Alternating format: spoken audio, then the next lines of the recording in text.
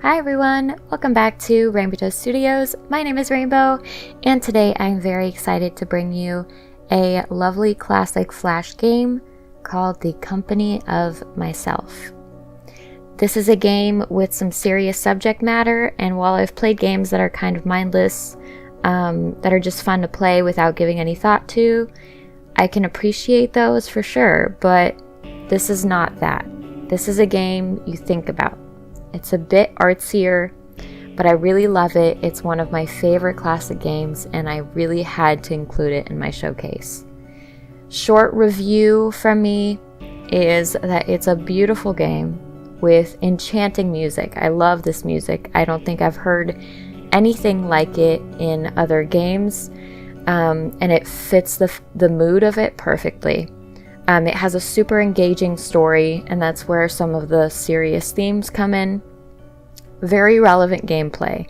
I always love when a game acknowledges its own features as a game and explains their relevance within the created world. And I think you'll pretty easily see what I mean. And yeah, let's just get right into it. I'm really excited. Just a warning. The intro, I'm going to try to read along with it, but it goes by very quickly. So I'm going to try to talk a little fast.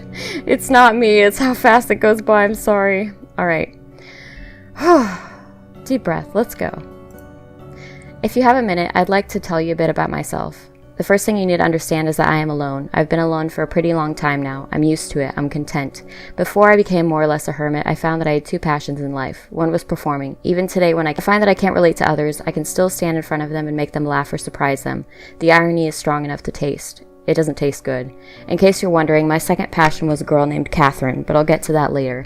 I generally face the same day-to-day problems as every other person, except that when every other person gets stuck, they have their friends and associates to back them up. I don't. I know that you don't want to hear me describe my admittedly less than fascinating lifestyle, so instead I'll describe my day with much more interesting allegory. I used to find joy in the company of others. Now I only have the company of myself. Yes!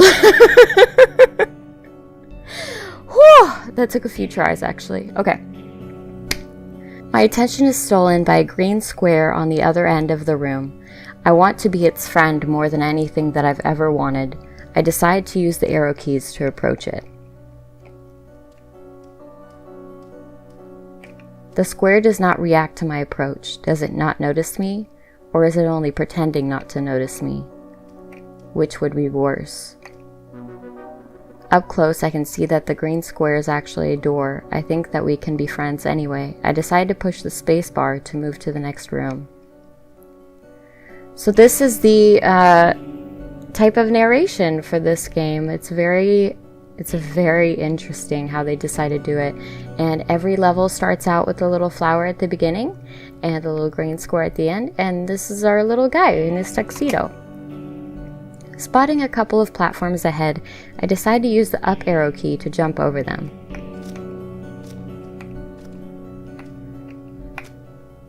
Take that, platforms. I decide that Mr. Door is a better friend than the platforms. I also note that I can pause the game by pressing P or the escape key. Now that risk is involved, jumping on platforms doesn't seem as easy to me. I start thinking about how awful it would be to fall. Luckily, I know that I can push the R key at any time to restart the level. I find myself proud of, and possibly surprised by, my ability to leap over harrowing gaps. Even from back here, I can tell that the ledge ahead is too high for me to jump. Now you'll notice we got this little person times infinity over here, and this is where our game mechanic comes into play. I begin to wonder what would happen if I pressed the space bar before I completed the level. So now we disappeared, and look what happens. Basically, what happens when we press spacebar is that we restart as a new form of ourselves, and our old form stays back as a little ghost. I feel confused and a bit tingly, but mostly just confused. So that's where the title of the game comes in, The Company of Myself, and the little intro. Because we don't have any friends to help us, we have to help ourselves. I briefly attempt to think of something to think. Nothing worthwhile emerges. I haven't talked to anyone lately, but at least I can solve my own problems. Okay, can we jump from here? No, okay.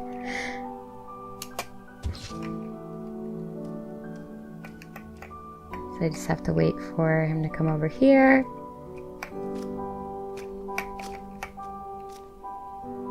Okay. And now we just do this for each one.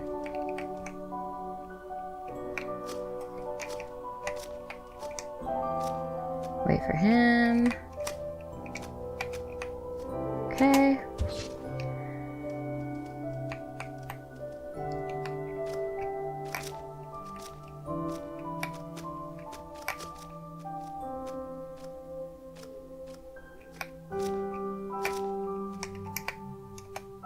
Ooh, that might mess me up later.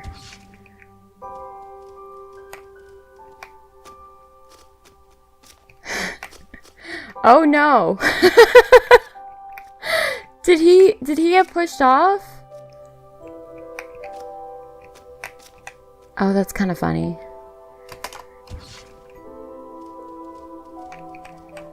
Okay.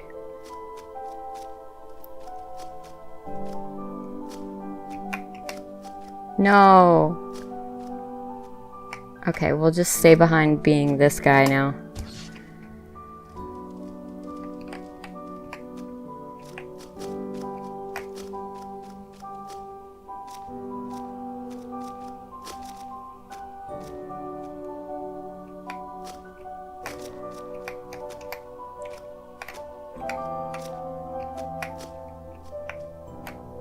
Geronimo!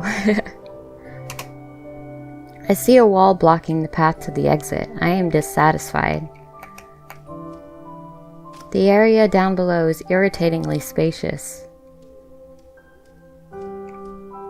I think to myself that the best course of action to pull this lever by pressing the A key.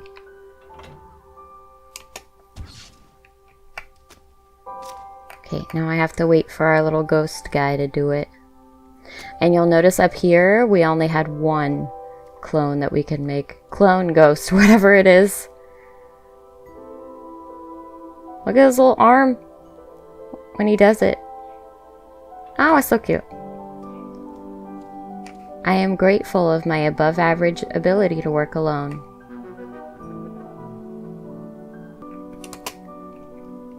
I notice a strange force field in this room. I become gradually more and more curious. I find myself unable to comprehend the purpose of this force field. It doesn't seem to block me at all. I think it blocks our ghost. Let's see what happens. Yep, it blocks our ghost. So what do we do about that?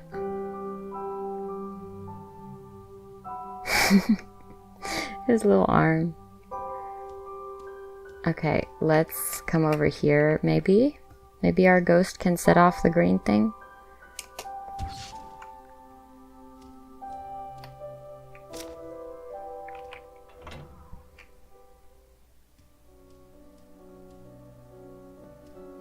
Took a while. Okay, so he can complete the level for us. Understanding the force field, I notice that this room's field is greenish instead of pinkish. And this means that it's going to block us, but not our shadow, so we just keep walking forward.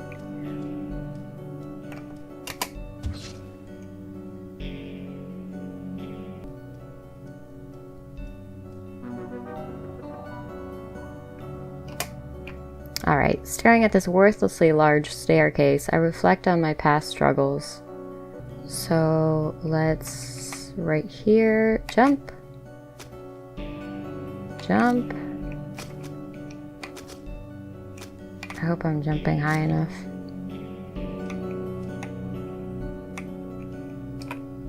Okay. Alright, let's see if that's good.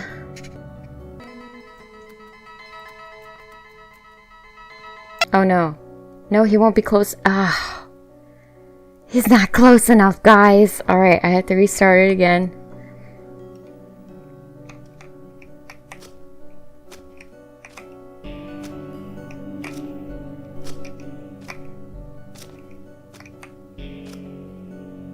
Just go as far as we can. And A. That'll have to do it, right?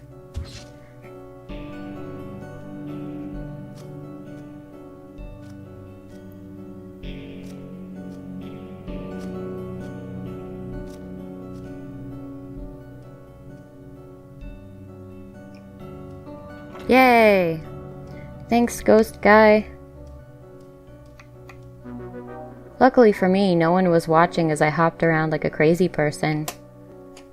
I search for reasons why I don't desire companionship. Okay, so our little ghost guy will come over here, and we will have him... We only get one? How is that possible? Can we jump?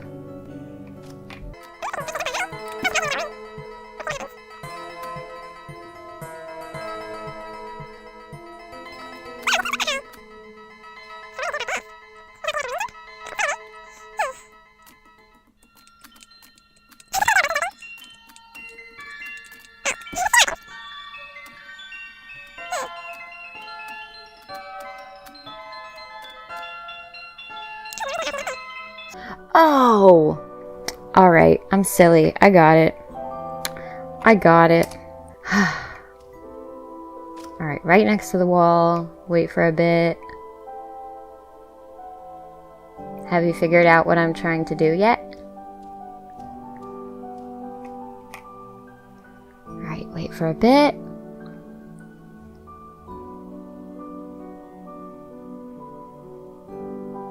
And jump a couple times just to be safe in case we can't reach it. Alright. Yay! The pioneers used to ride these babies for miles. I settle on avoidance of the issue. I can clearly get by without others anyways. I find myself unable to leave the question alone. Why can I not be with people? I instantly notice how similar this room looks to the previous one, and almost feel cheated until I realize that my previous tactic will not work again.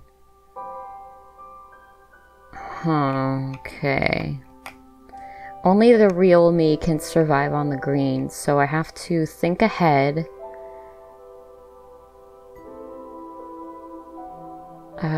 This shadow is going to come after me, so yeah, it's a good thing I'm waiting. And then right next to the wall.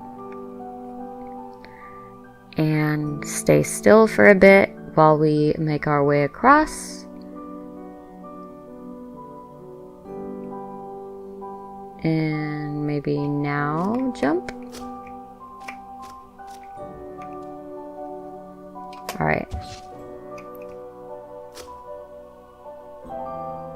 He's gonna take a bit to get down here because we were talking through it. But yeah, this game is very cute. It has a lot of charm to it. Like, he's wearing a tuxedo, and the little backgrounds and the sound effects. The music is absolutely beautiful. I can't say that enough. I love it. I like all the imagery in it. I love the narration. I feel like the narration is kind of unique. It's not crazy to do like a fourth wall breaking thing, but it's just really cool how it wraps into the game mechanics, the story of it. Yay! Alright, this one was not easy.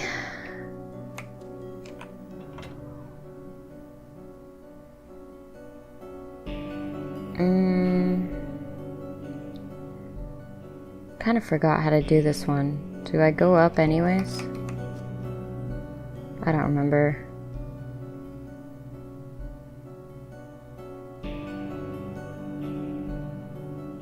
I think as long as I leave it for a bit.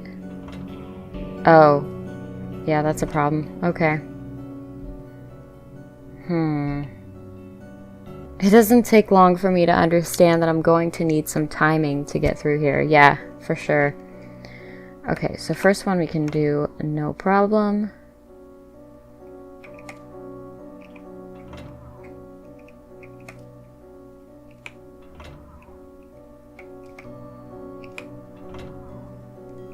Alright, can we do it like that? We'll just have to be fast.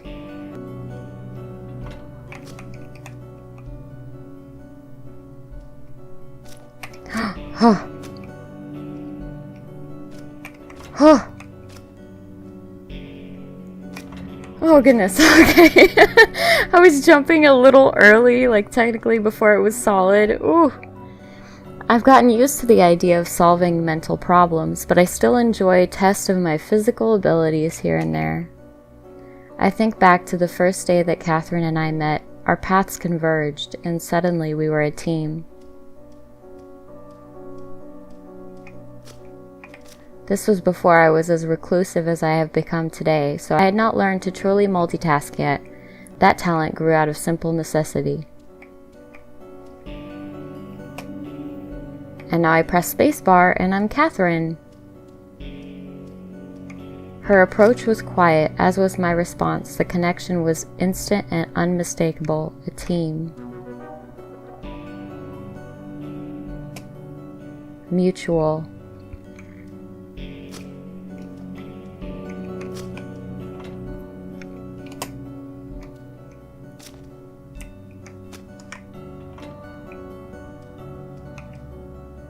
Perfect.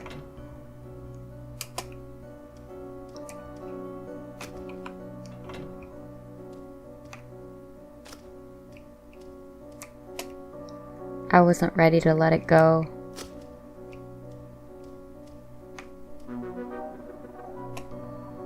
When we faced a problem, we would solve it together. Today I find myself solving the same problems alone.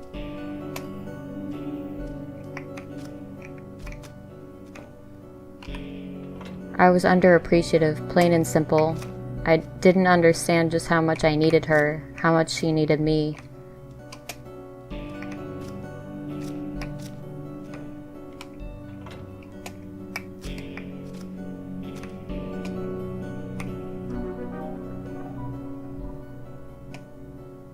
It was perfect, everything. It was all perfect.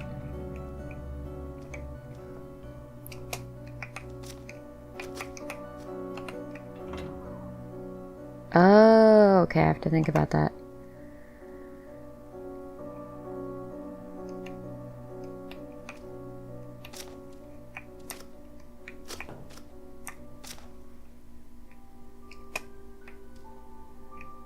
Oh, dang it. I'm not thinking ahead enough. Okay. Alright, let's come over here. Get Kathryn. Kathryn, stay up here, but don't move that.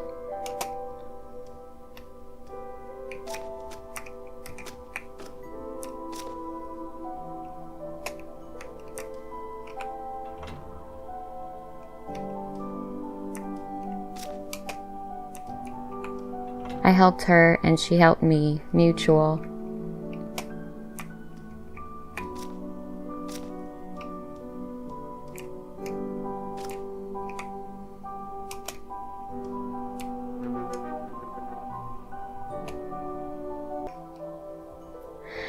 I never suspected the end to come so quickly.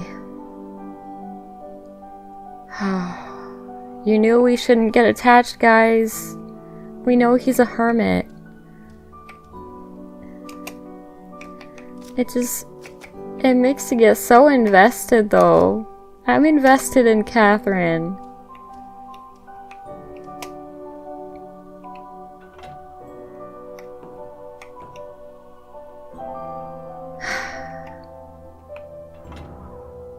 I found myself crushed by guilt. I didn't leave the house for days. But she was gone. And now I find myself alone. I can't handle talking to people anymore.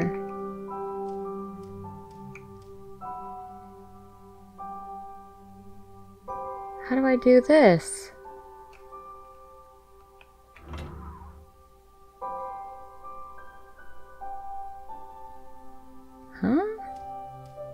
Oh, that's a checkpoint. Internally, I visualize an overexcited man yelling, "Checkpoint!"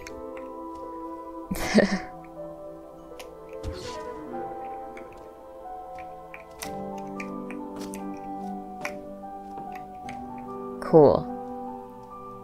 Not a problem. I'm sorry about Kathryn, though, guys. Sorry if you got attached to her.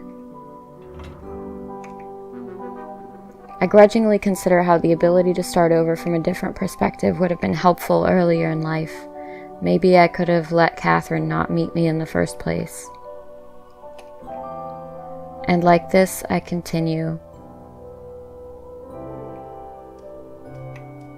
Okay, so let's have our guy...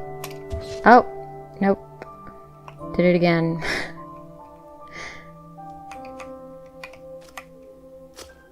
Okay, so I have to be right there.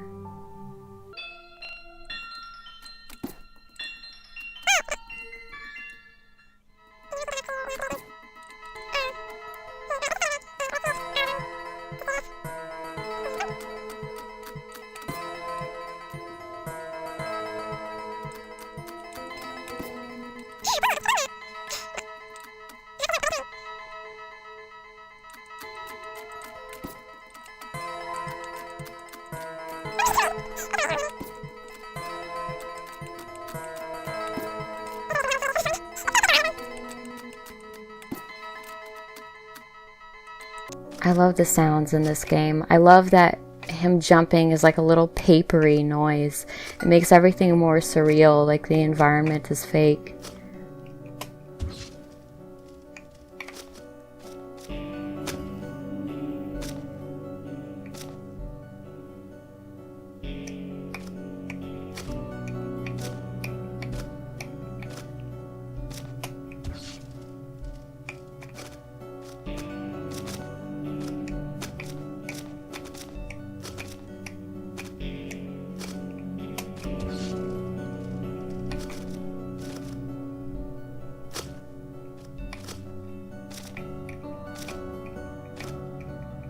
Alright.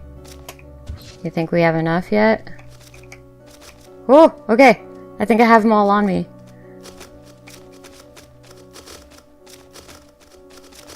How did that not work? He touched it. Yes! Oh, that's so satisfying. That took a while. What? Don't leave yet. I have more to say. I really do. Okay, my guy.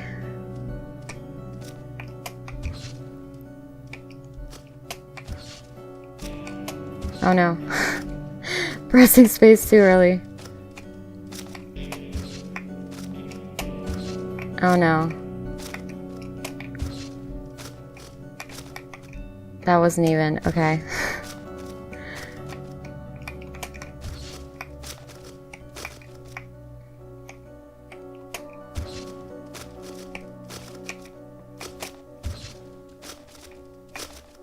I'm not even pressing space. I mean the up arrow key. I'm confusing space and up arrow.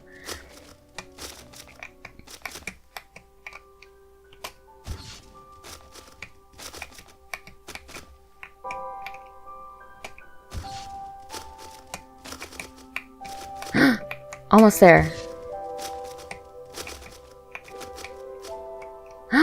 That one made it! Dang it! I should have just... Oh, okay. Lesson learned, keep holding that arrow key. Just in case.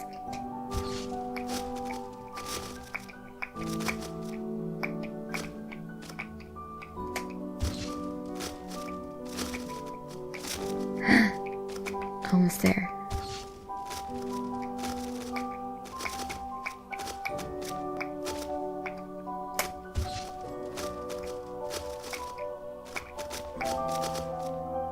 Okay, I need to stop jumping so early. There we go. There we go! Oh my goodness! What are the chances? Are you really leaving? No, I'm not gonna leave you, bud. Once again, the end scrolls pretty fast. Just a warning. I've been tasked with psychoanalyzing Jack after his mental breakdown. In general, he recalls his life very accurately. The things he says line up with all of his records. The first problem is that he doesn't seem to remember any of my visits. I've talked with him once a week for the past 8 years, and he always tells me the same things as if we have never met before. He describes himself as a loner, and this makes a whole lot of sense, as he has been kept in solitary confinement for the duration of his stay at the hospital. He always briefly talks about his life, and eventually gets into the story of how he lost a loved one, Kathryn. He understands that she has died, and he certainly feels at least somewhat responsible, but he doesn't recall that he murdered her. She was found buried in their backyard in a green package. Evidently, it was the only box large enough for use as a coffin that Jack could find. Also of note were the 2 flowers that he planted next to the makeshift grave. He considers her death to be the reason that he can't talk to people anymore. I suppose that in a way he is correct. This will be my final report on Jack. I don't find any reason to believe that he will recover from his current state of severe mental illness, and he is too dangerous to himself and others to allow his release. Heavy ending, but it gives us a lot to think about. Now, we don't know why he murdered his wife, but we have a lot to speculate on from the game, which he described as being an allegory for his life. So he recognizes that it's an allegory. It's supposedly not a delusion on his part, but here are some questions I have as far as symbolism and stuff in this game. So kind of my jumping off point is, what's the significance of the green box? What's fascinating about the box is that it's actually a real world element, because it's acknowledged by the psychiatrist at the end, so we know it actually existed. It's not just part of the game.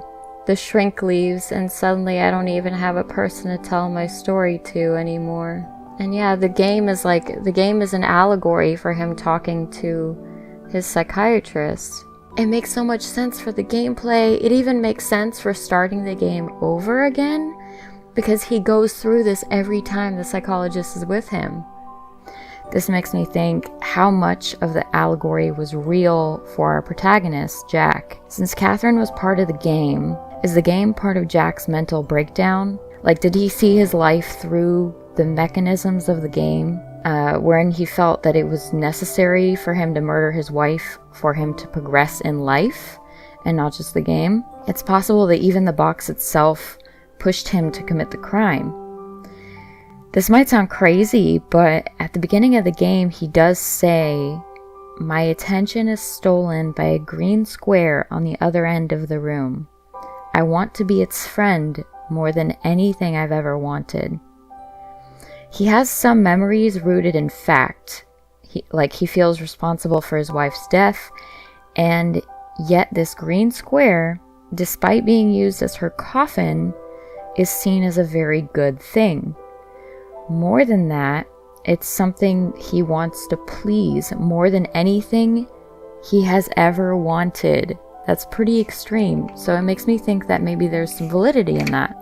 And it's clear that Jack also sees this green box as a symbol of rebirth, since going to the green box always initiates the start of the next level, or another way you can see it is a new life. Did Jack maybe think at one time that putting his wife in this box would bring her back to life? Also significant are the flowers throughout the game. They're at the start of every level, and in one level, a checkpoint. Jack has a white flower and Kathryn a pink one, and there were 2 flowers placed next to Kathryn's grave. I feel like there's more to delve into on these flowers, but for now, I'll suggest that maybe this would also have been a part of the rebirthing process. If Jack believed that the green box would bring his wife back to life, then the logical next step would be to have a pink flower ready for her to be reborn from. The fact that there are 2 flowers makes me think that he had the intention to be rebirthed with her, but despite many attempts to kill himself, which we see throughout the game, he always comes back. So those are some of my thoughts on the game. I love it. I think it's pretty artsy. Let me know what you guys think. And if you have any comments on my analysis or anything to add, maybe that would be great. Join me next time for the next Flash game I will showcase, and I will see y'all later. Bye-bye. Hey there, it's your girl Rainbow. I'd really appreciate a like or checking out my other videos. Bye.